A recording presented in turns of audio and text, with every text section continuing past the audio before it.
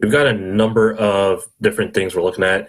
In the US, especially, we're looking at a lot of these bankruptcy cases that have been, we've seen a number of companies file for bankruptcy this year, and they're starting to raise really novel questions about things like customer privacy and protection.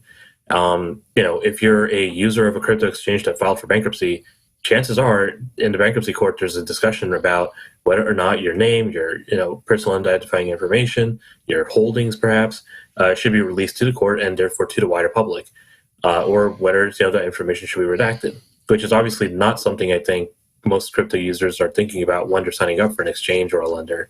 Looking at the SEC, SEC Chair Gary Gensler has said, for years now at this point, for 2 years, that he believes the SEC has the authority it needs to oversee crypto, and that the law is clear about which cryptos should be securities, which in his view are most of them.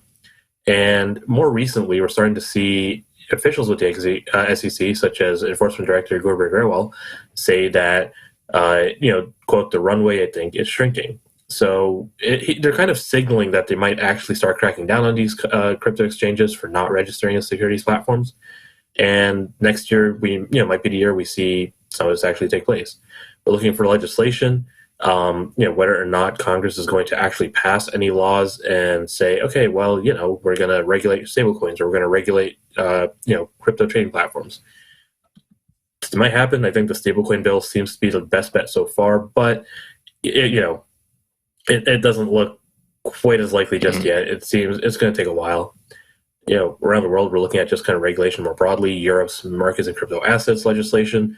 We're looking at India's taxes. We're looking at, South Korea's new president and how, that country might regulate or change its regulation of crypto. So it's going to be a busy year.